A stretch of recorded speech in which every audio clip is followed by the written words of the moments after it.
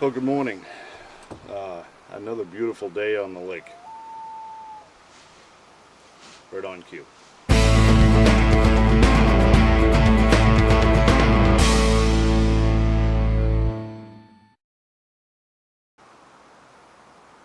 That's random. Anyway, so, you know, a lot of things kind of spark memories, and, there's certain things like senses and smells, like the cry of the loon, for one, if you've ever heard it. You only hear that certain places in the country, and it brings you back to wherever you were, whether you were at fish camp, the family camp, the lake house, whatever you want to call it. There's a whole generation, I should say multiple generations of people that, grew up within the proximity of a lake or on the lake, or spent some time on the lake. And there's certain things, like when you wake up in the fall, September, October, when all the boats have been taken in and people have left the lake pretty much for the summer, you have the place to yourself, and that's a whole special time to be on a lake. Now, this isn't a big lake. I'm in the state of Maine.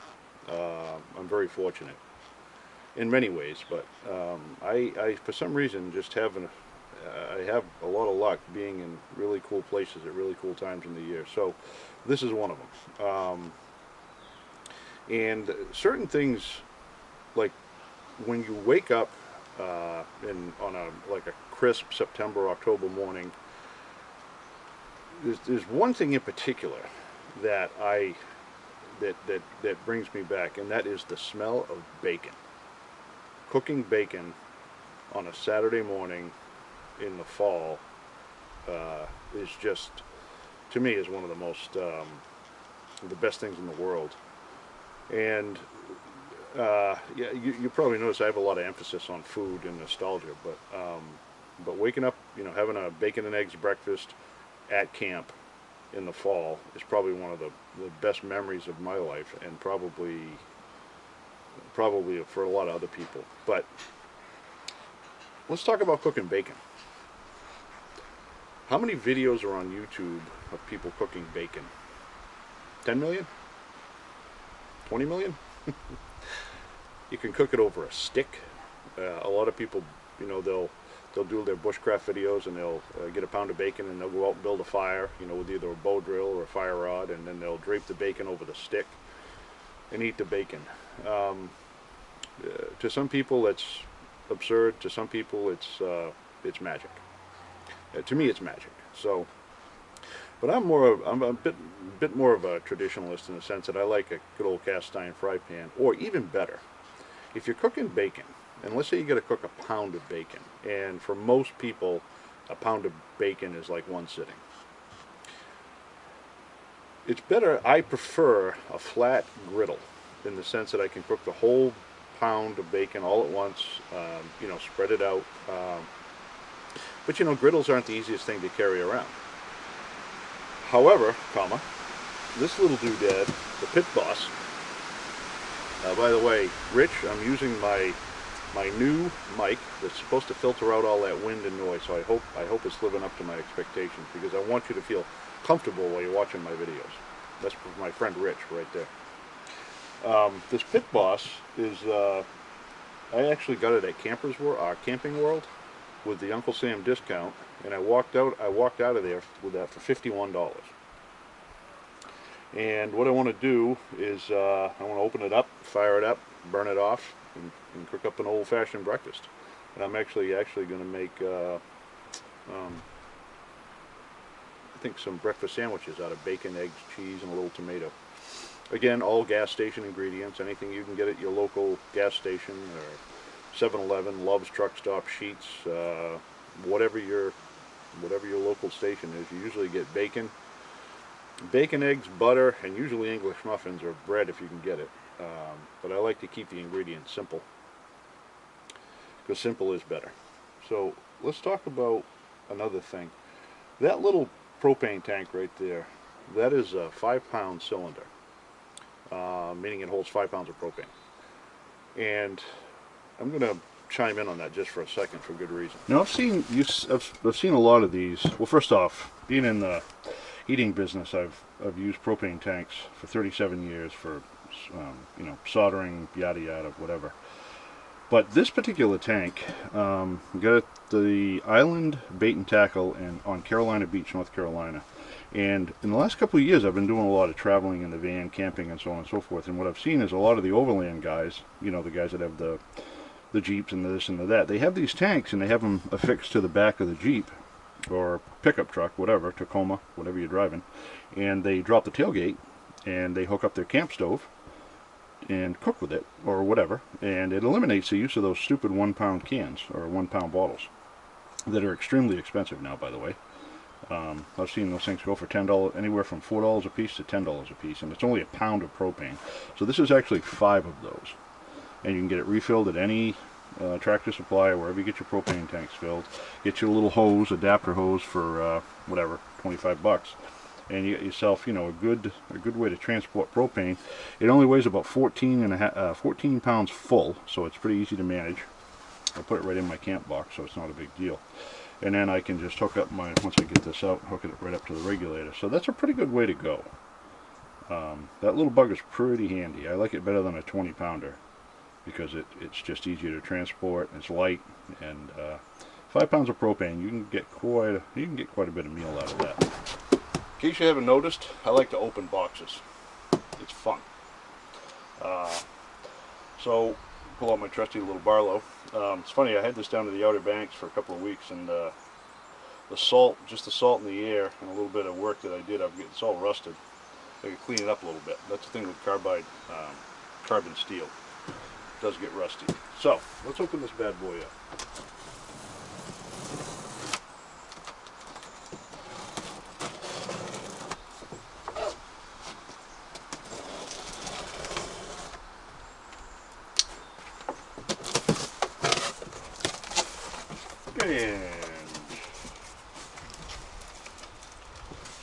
And the usual crap, styrofoam. Oh, comes with a cover. That's pretty nice. I didn't realize that. Instructions.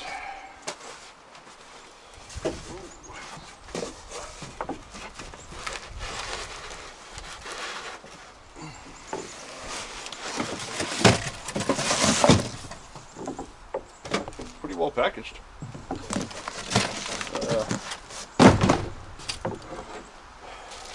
Alright. Turn it around.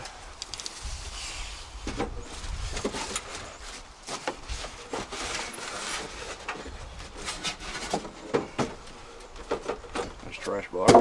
Styrofoam, the worst thing for the environment. What are you gonna do?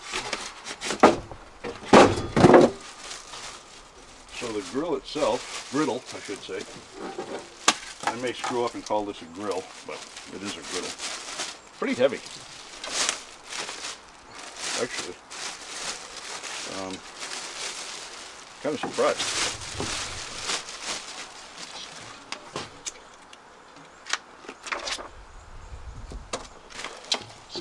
Huh. Nice little legs. Sit that there. What do we got here? A little grease pan for catching the grease. Feet that you screw on the bottom. I think that's what that is. Oh yeah. Looks like a grease pan. I don't know where that goes. And the feet that go on the bottom of it. A regulator. And I think that's it. Oh, cool. And the regulator, actually, there's a little clip right here. The regulator obviously slides right into that. So, and the screws are right there. So let's get this thing together. So reading through the instructions, essentially you put your feet on, you attach the grease trap, and then I'm not going to sit there and read through. They're pretty straightforward. But you once you get it all together, you fire it up and you run it on high for 15 minutes. What that does is it burns off all the oils and stuff that they put on here, you know, for transportation and storage. Otherwise, the first thing you cook is going to taste probably similar to the underneath of a semi truck or something like that. So we'll get it together, fire it up, and burn it off, and then we'll cook our bacon. So pretty straightforward. Put the feet on.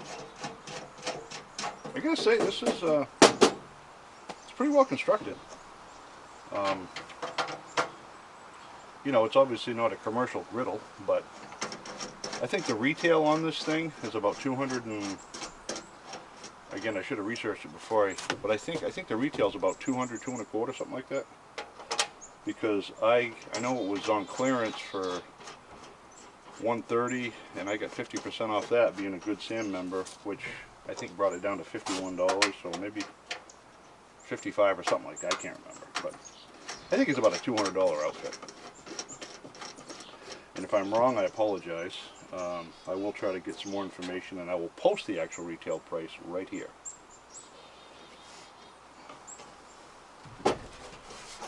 This is pretty slick. The little grease trap. You get two little screws right here. Trusty 4-in-1 screwdriver out of the camp toolbox. This thing's been around since, I don't know, a long time. That's old school. But essentially you just remove the two screws and attach this little tray. Get your tray attached, you just put your little cup like that, and you got yourself a little grease trap. That's pretty slick. Let's see how it works. So once that's done, I'd say we're going to attach the regulator, which just goes right on the side. Little slide that on. Pretty straightforward. Like that. Once we do that, we're going to attach our adapter hose. As I said, so we can use my little cylinder instead of buying those stupid 1 pound jobs.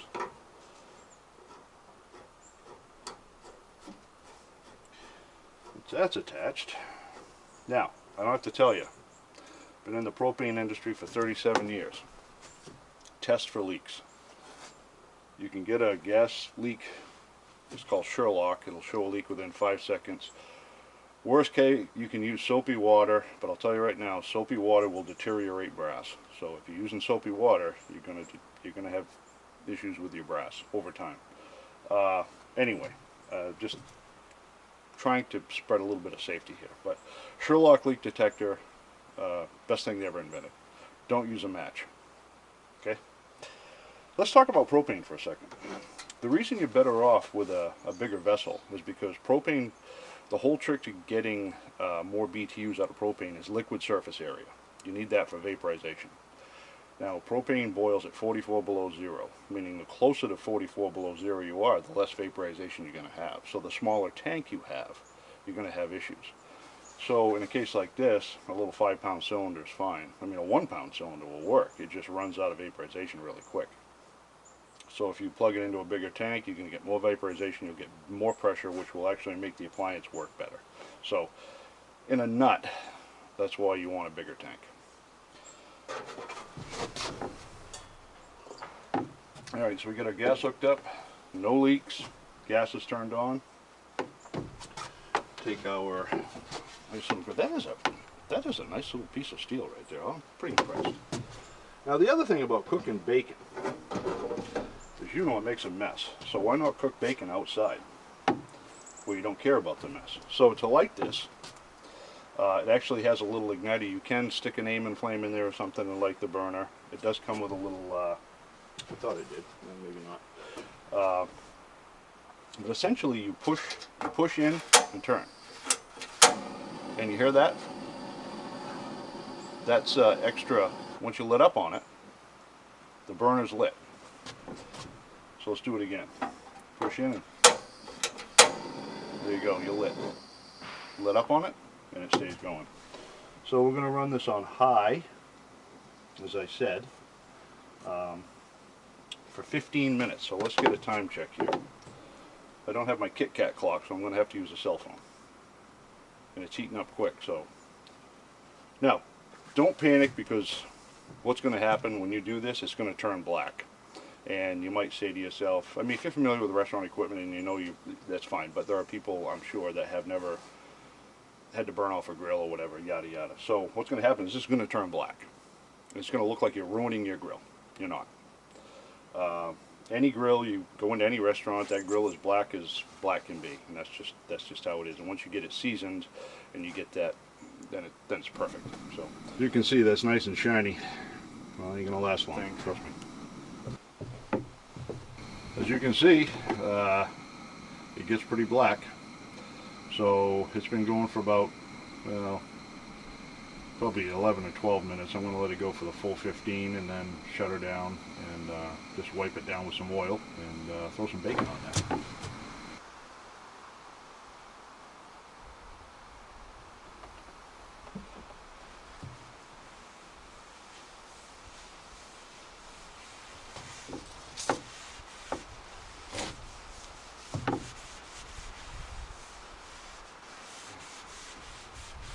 Once we get it burned off, shut her down, put the oil to it. That's a little hot for bacon, but it's good to get all that crap off.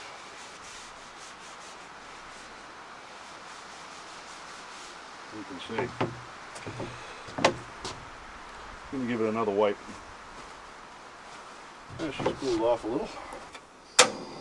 Light it back up. And I'm going to put it down on, not all the way to low, but fairly low. I don't know what the temperature of these, it's kind of going to be a learning process. So let's open up our good old Oscar Mayer. Can't beat it.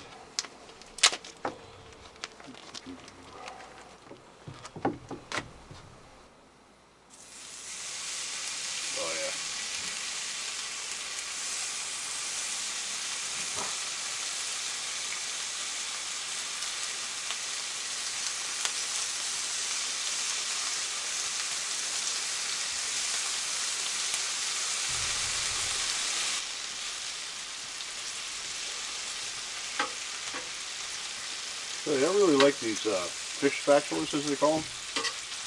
I use it for everything. It's pretty much my go-to. Slick as hell. Not just for doing fish.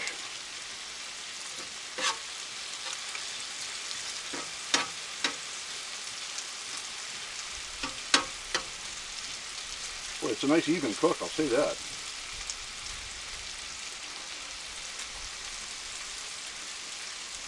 Oh, smell that bacon.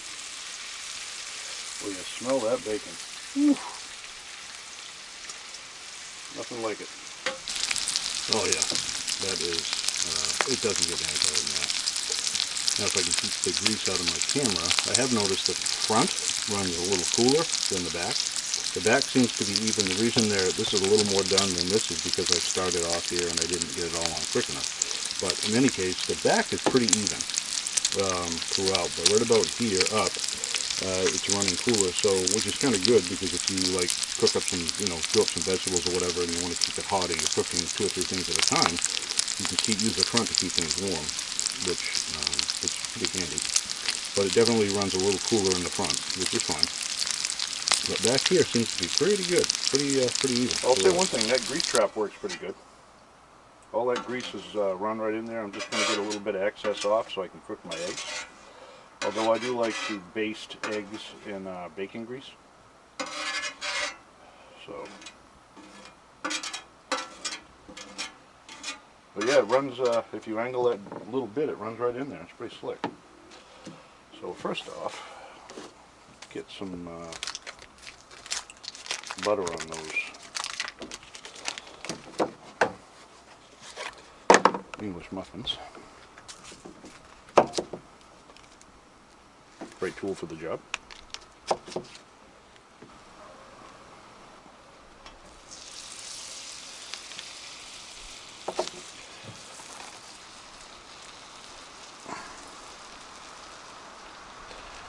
But we don't need the paper.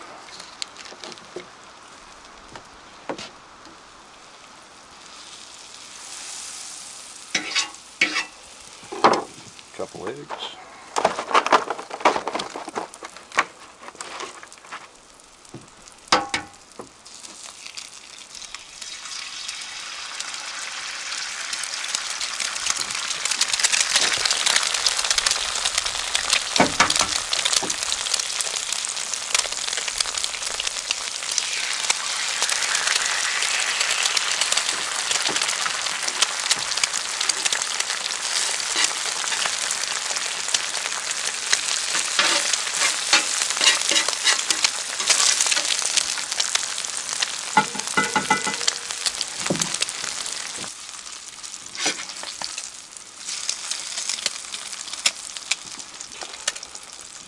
Cheese on there.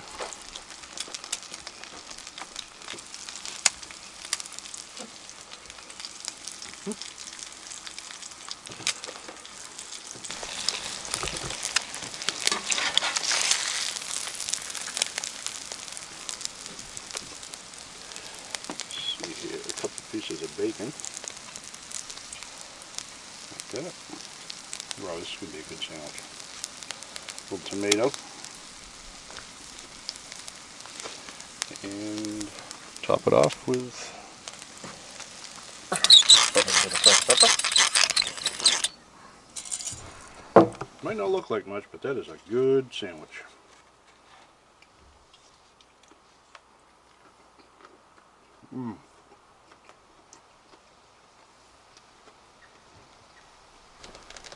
Got another English muffin on there right now, toasting up.